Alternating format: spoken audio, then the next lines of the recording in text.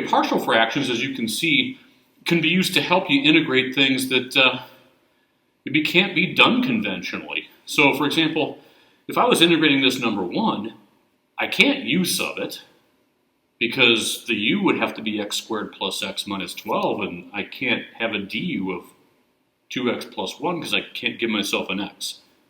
So that's not going to work. Instead, I happen to realize that the denominator factors. In fact, it factors into x plus 4 times x minus 3. So what I am going to do instead is I'm going to rewrite this integral like this. And I just use a letter A and a letter B up top. Now my goal is to get common denominators. I want all 3 denominators to look like this one. And so here in the first part of the rewrite, I just need to multiply numerator and denominator by an x minus 3. And over here, by the b, I need a pair of x plus 4s. Again, this is allowed because I'm multiplying by what amounts to a giant 1. You know, an x minus 3 over x minus 3 is just times 1. But now the denominators, all 3 of them are common. So what this means is if I have 2 sides of the equation and the denominators all match, the numerators must match as well. So I can say a times x plus minus 3 plus b times x plus 4 must equal 14. I'm going to write that down. Now, of course, I have one equation, 3 variables. I have a, b, and x, so it doesn't seem like I'm going to be making any headway, but I can use a little trickery. I'm going to let x be equal to negative 4. If I were to plug that in, that would make this parentheses a 0, and 0 times b would be 0, and this whole thing would get knocked out. And so that would simply leave me with negative 7a, remember I'm plugging the negative 4 in, equals 14. So therefore a would be negative 2. I can find b the same way. I can let x equal positive 3. When I do that, this part gets knocked out because I have a times 0. Putting the 3 into the rest of it makes positive 7b equals 14, giving me b equals positive 2. No, a good question would be, are a and b always going to be opposite signs? And the answer is no. They will be opposite signs if this is just a constant, this 14 in this case. There's no x's on it or anything. So yeah, a and b will be opposites. The moment I make it 14x or 14x plus 1, a and b will become different from each other. So that's kind of nice to know. Okay, at this point, I'm going to go back up to the right-hand side of the equation. I'm going to get rid of everything that's either red or blue and just get back to the black. Now that I know what a and b are, negative 2 and positive 2, I can put them in, and so I will. Now I actually am able to integrate.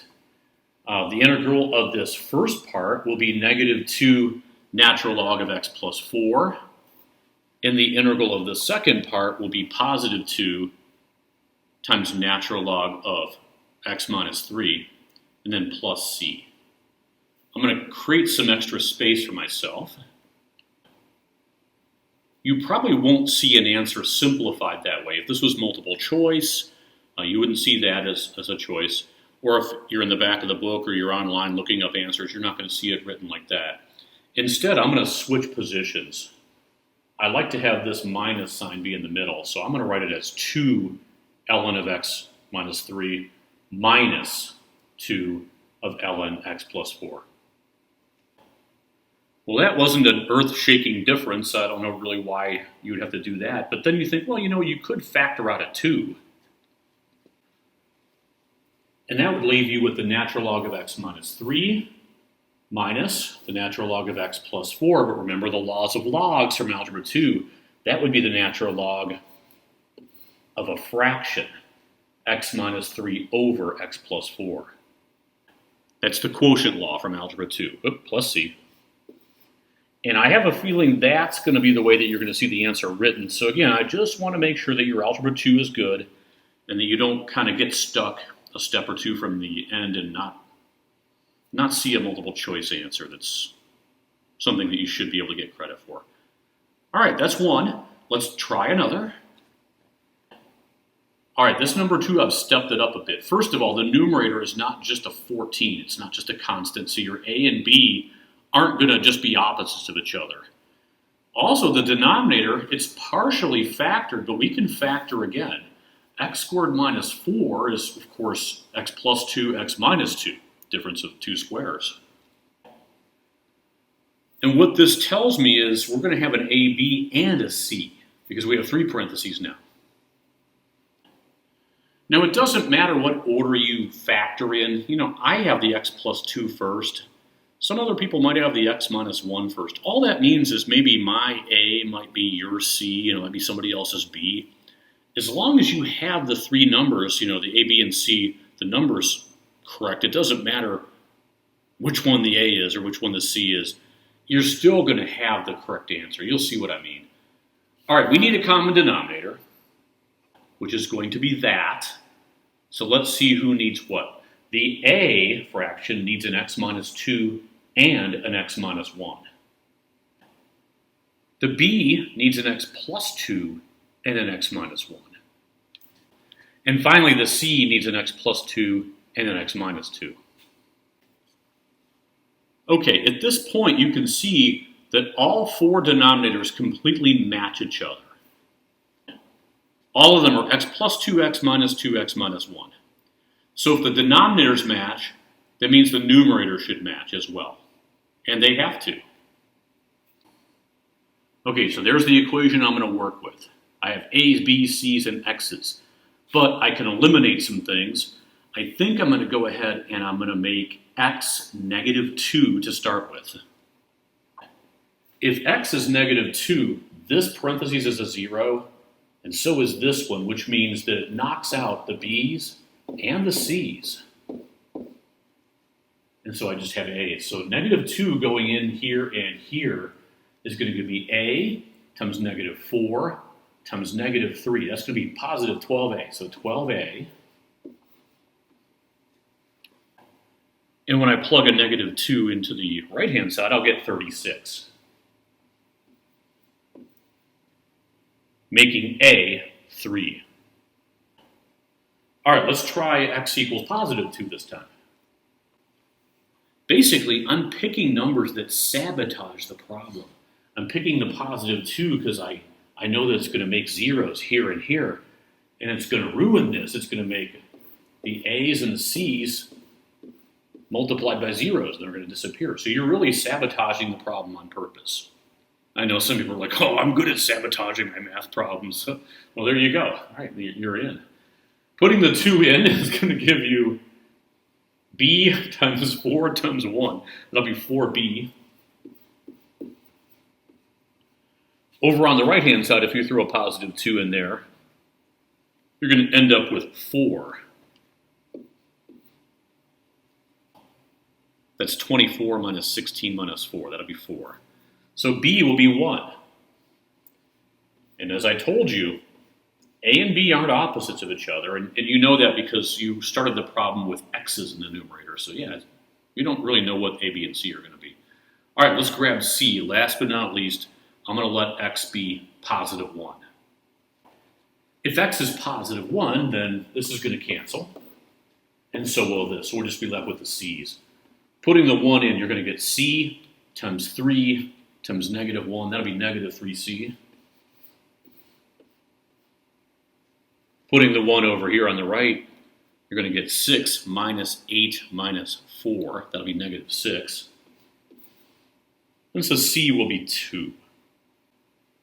All right, so my a, b, and c, I've got 3, 1, 2. Now, it may not be in that order. You might have 2, 1, 3 or 3, 2, 1 or something else. But when you go to plug them back in, the c being 2, that 2 has to be above the x minus 1. and the 3 has to be above the x plus 2, and so on. So it doesn't matter if your a is the same as someone else's a. Your next step is where everybody has to match again. All right, again, I want to go back to the original problem rewrite, which was just black. So I'm going to get rid of all the red stuff, and I'll probably get rid of the green stuff too, just so it's out of the way. All right, let me put the 3, the 1, and the 2 in for the A, B, and C in that order. And now that I've done that, I can, again, erase some of this other stuff to give myself some room. On the homework, of course, you won't erase it. I want to see your work, but you have a little bit more space than I do. Well, now it's time to integrate. This first part here will become 3 natural log of x plus 2 plus natural log of x minus 2 plus 2 natural log of x minus 1 plus c.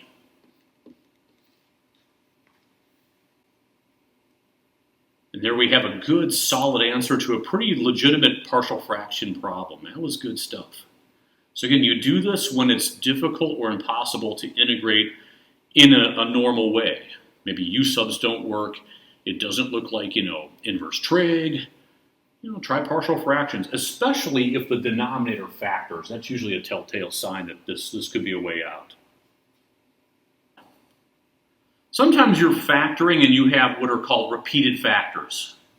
That's going to put a little twist in things, so let me show you. In this denominator, I can factor out an x. That's going to leave me with x squared plus 2x plus 1, but then I realize, oh, that's just x plus 1, or x plus 1 quantity squared.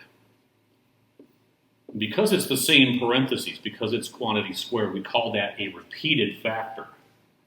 And you have to treat this problem a little differently than you would if you don't have a repeating factor. I'll show you what you have to do.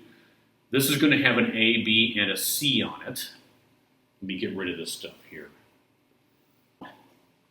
The x goes as one of the denominators. I'll put it with the A. You can really put it wherever you want. Now, the repeated factor, what you do is it's second power. In other problems, it might be third, fourth, higher powers. But you always start with x plus 1 to the first power, just an x plus 1. And then you go up to x plus 1 to the second on the next fraction. If this had been a 3 instead of a 2 right here, then you'd have x plus 1 to the first, x plus 1 to the second. You'd have a d with an x plus 1 to the third, and so forth and so on. So again, repeated factors can get a little bit obnoxious. Okay, let's get common denominators. We want everything to look like this. The a already has the x, but it needs an x plus 1 quantity squared, numerator and denominator. The middle fraction does not have a linear x. And although it has an x plus 1, it doesn't have the second x plus 1. It needs to be squared. So I need to give it an x and an x plus 1. And since I did that to the denominator, it's only fair that I do it to the numerator as well. That way I can claim I'm multiplying by 1. And the last fraction with the c simply just needs an x. And now you can see that all 4 denominators are the same. They all have an x, and they all have a pair of x plus 1s, or x plus 1 squared. So now we can write the numerators and set them equal to each other in an equation. All right, let's figure out what a, b, and c are now. I'm going to start out by making x 0. If x is 0, then you have c times 0. This will become a 0, so that's out. And you can plug the 0 into the first parentheses. You're going to get a, just 1a, equals 6. The right-hand side will be 0 plus 6. So a is 6. That was easy. Now let's let x be negative 1. That seems like the next best choice. If x is negative 1, this becomes 0. So does this. And you just get c times negative 1. So negative c equals, if you put a negative 1 in here, the negative 1 will get squared. So you'll have 5 minus 20 plus 6. That'll end up being negative 9. So if negative c equals negative 9, then of course c would be positive 9. So far we have a is 6, c is 9. I have to figure out what b is. The bad news is I've used up 0 and negative 1, which are the only cool numbers that I can use to make things disappear. So at this point, it's kind of hard to know what to do. I've got to let x be something. And the truth is, I can pick any number I want to. So obviously, I want to pick the path of least resistance here. I don't want to throw a 17 in and try to square it and stuff. So I would like to pick a 0, but I've used that already. I think the easiest unused number so far is positive 1, so that's what I'm going to pick. And so all the x's will become positive 1s everywhere. All right, again, this is my choice. So that leaves me with, let's see, 1 plus 1, 2 squared, 4a. But remember, a is 6. I know that a is 6, so 4a would be 24. Plus b times 1 times 2. That'll be plus 2b. Plus 1c, but remember c is 9. So that's going to be plus 9. Equals, and over here I have 5 plus 20 plus 6. That's going to end up being 31. Now I can just solve this algebra equation. 24 and 9 add up to 33. I'm going to subtract 33 from both sides. That's going to give me 2b equals negative 2. So b will be negative 1. All right, let me make some room for these things. Again, we have 6, negative 1, and 9 in that order. A is 6, B is negative 1, C is 9. I'm going to get rid of the red first, and then I'll replace the A, B, and C with the green numbers. Okay, 6, negative 1, 9. Here we go. Okay, now all I have to do is integrate each one of these. Okay, now I have sufficient space. Let's start right here. The integral of 6 over x, you can kick the 6 out. That's just going to be 6 natural log of x. Again, don't forget your absolute value. Can kick out the negative 1, which becomes a minus sign. So really that's just going to be 1 over x plus 1. That's going to integrate into the natural log of x plus 1. All right, and then finally we have the 9. But here's where it gets interesting. People are like so into natural logs, and we've been doing all kinds of natural logs. They think it's going to be 9 natural log of x plus 1 squared. That's not a natural log. If you integrate that, this is a negative second power, not a negative first. When you go up by a power, you're not going to be dividing by 0. That's why these were natural logs here, and here was because it was negative first power on the bottom. You had no choice. Up by a power is going to be x plus 1 to the negative first. Divide by the new power, so you're going to put a negative sign on the 9. That's going to be what comes over here. All right, I wrote it as minus 9 over x plus 1, just to show some variety. And then plus c. So that's how you handle repeated factors. Sometimes you're going to have to use long division with letters, doing partial fractions. This looks like a partial fraction problem, and that's because it is. You can't do it any other way. It's not a U sub. It's not inverse trig. It does factor, so it has all the telltale signs of being partial fractions, x plus 1, x minus 1. Number 4, unlike its predecessors, has a degree in the numerator, fourth power, that's larger than the degree in the denominator, which is only 2, or squared. If the degree up top is greater than or equal to the bottom, you can't do partial fractions right away. Let's just quickly take a look at the problems we've finished already and see what they all have in common. Number 1, the degree up top was 0. It's x to the 0 power. The bottom was a 2. All right, so the denominator wins. So yeah, partial fractions. Number 2, The numerator had a degree of 2. The denominator, if we were to FOIL it out, would have a degree of 3, so yeah, game on. Number 3, again, denominator wins 3-2, so you're allowed to do partial fractions right away. The moment the denominator does not win, if it's a tie or if the numerator flat out wins like number 4, that's the sign that you have to do long division first. So I have it all set up. I decided not to put in the 0 terms inside my dividend. I probably should have. But it's 3x to the 4th plus 0x cubed plus 0x squared plus 0x. I think you'll see that I can get away with that. But if you want to put the zeros in, please do. That's cool too. That's probably a better habit than what I'm showing you. Okay, we're only looking at the first terms anyway. X squared times what is 3x to the 4th? Well, 3x squared. So put that up top in the quotient. And then use distributive property, as we always do. That'll give you 3x to the 4th minus 3x squared. You know what I'm going to say. Draw the line, change the signs. All right, this better cancel out. If it doesn't cancel out, we picked the wrong thing up top.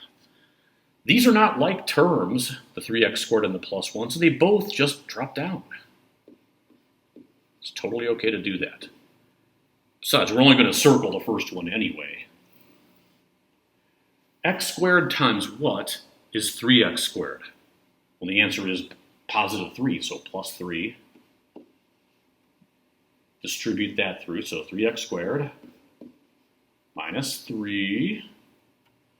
Draw the line, change the signs. That's going to cancel. We have a remainder of 4, and the 4 becomes part of the fraction with the divisor, the x squared minus 1. All right, so long story short, instead of integrating what we started with,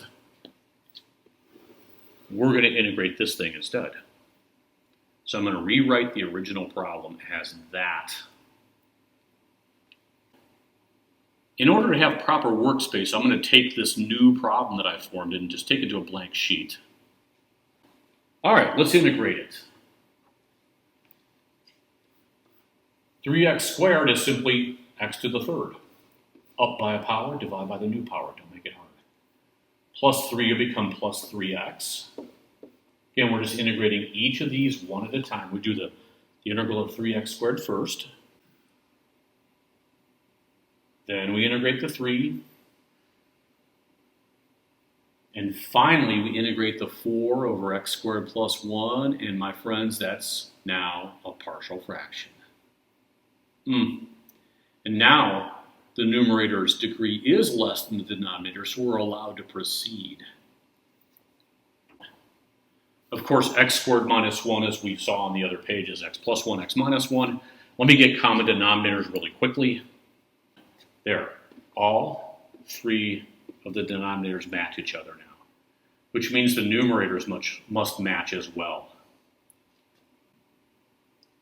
Since the x to the 3rd plus 3x is part of the final answer, but it seems to be in the way, I'll sort of move it to the bottom and put a plus c with it, and we'll get the rest of the partial fraction stuff put in. All right, that also gives me some working space. All right, so my equation is going to be this. A times x minus 1 plus b times x plus 1 equals 4. Just like example number 1, because we have a 4 up top, a and b should just be opposite signs of each other. So let's see what they are. I'm going to start out by letting x equal negative 1. That should give us the a. If x is negative 1, this would be b times 0, so it's going to cancel. Putting the negative 1 in over here is going to be negative 2a equals 4. So therefore, a will be negative 2. I'm going to get cocky and show that I already know that b is going to be positive 2. But let's do it legitimately to make sure that it really is right. I'm not jumping to conclusions. To get b, I'll let x equal positive 1. That'll be a times 0. That'll knock this part out. And I'll have 2 times b, or 2b, equals 4. And sure enough, not surprisingly, b is 2. All right, so I'm going to go back up to the top right area. I'm going to get rid of everything that's not black, and we'll plug in the 2 and the -2, and we'll see what happens. Okay, A is -2, B is 2. Here we go. I'm going to do the second part first. That's 2 natural log of x minus 1. We'll switch places. This will be minus 2 natural log of x plus 1. I had one similar to this earlier. If I factor out the 2, I can put it here in the answer and make it a single fraction. It'll be natural log of top minus bottom. And that is the answer. I'd make that sort of like a bonus type question. I'll give you something that you can tell is partial fractions, but I'll see if you remember the long division portion of it. Again, it's all about the powers involved, the degree of the original problem. All right, I did all the partial fraction lecture in one taping. Really, partial fractions normally takes a day and a half, sometimes 2 days, but doing it in one day was pretty cool. Now, keep in mind that just because you learn something cool doesn't mean you have to use it every day of your life. Not all integration problems are partial fractions. Yeah, sure, this factors. I see it. It's x minus 8, x plus 3. But hold the phones. Before you go crazy and start doing A's and B's and letting x be this or that and common denominators, the numerator factors as well. You can take 3 out, giving you an x plus 3. The x plus 3's cancel. And so this problem is simply the integral of 3 over x minus 8. You hardly have to do anything. You could kick the 3 out. And then you have 1 over x minus 8. That's not even a u sub. That's simply natural log of x minus 8. Don't forget your absolute value plus c. And you're done. Yeah. Will partial fractions work? Of course they'll work. If you have like 10 extra minutes of your life that you don't care about and you just want to waste some time, yeah, you'll get the same answer. Things will cancel later on. But yeah, it's cool. So don't try to turn everything into partial fractions. Always factor first. That's the key. The other problems that I made, the numerators weren't factoring at all. And so we didn't really have to look for it. Anyway, hope you enjoyed it. And we need to understand the basics of partial fractions for my next lesson on logistic curves to make sense fully. So that's why I threw this in here. All right, everybody. I'll see you later.